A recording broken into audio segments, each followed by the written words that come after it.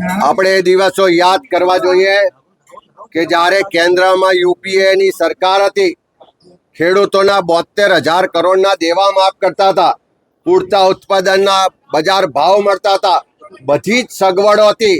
તેમ છતાં ગુજરાતની ભાજપની સરકાર, તત્કાલીન નરેન્દ્રભાઈ મોદી અને એમની સરકાર ટીવીમાં, પેપરમાં ગુજરાતની જનતાને થપ્પડ એવી જાહેરાતો આપતા હતા.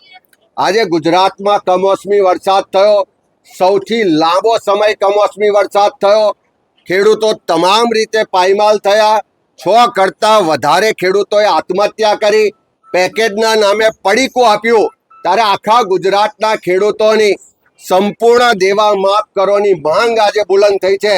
પણ દુઃખ સાથે કહેવું પડે કે મોસાળમાં માં પીરસનારી એવી વાતો કરવાવાળા ભાજપના નેતાઓ ગુજરાતમાંથી વડાપ્રધાન છે એવું ગૌરવ લેતા આ ગુજરાતના ખેડૂતો આજે નિરાશ થયા છે, હતાશ થયા છે કે ડબલ એન્જિનની સરકાર છે.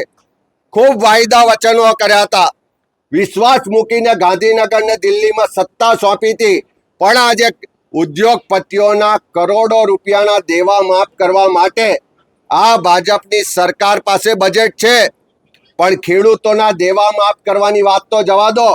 દેશની સંસદમાં ગુજરાતમાં કમોસમી વરસાદથી જે ખેડૂતો પાયમાલ થયા, ચારે તરફ નુકસાન થયું છે, એનો એક શબ્દ સુદ્ધા પણ દેશના પ્રધાનમંત્રી કે સરકાર બોલતી નથી.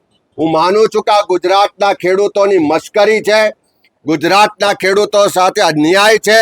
જે વાયદા વચનો આપ્યા હતા એ ક્રૂર મજાક છે. એનો જવાબ ગુજરાતના ખેડૂતો આવનારા સમયમાં આપશે. અને સમગ્ર ગુજરાતમાંથી જે માંગ ઉઠી છે કે ખેડૂતોના સંપૂર્ણ દેવા માફ થાય, એ ખેડૂતોના અવાજને અમે બુલંદ કરીશું અને ગુજરાતના ખેડૂતોના સંપૂર્ણ દેવા માફ કરાવીને જંપીશું. છેલ્લો સવાલ,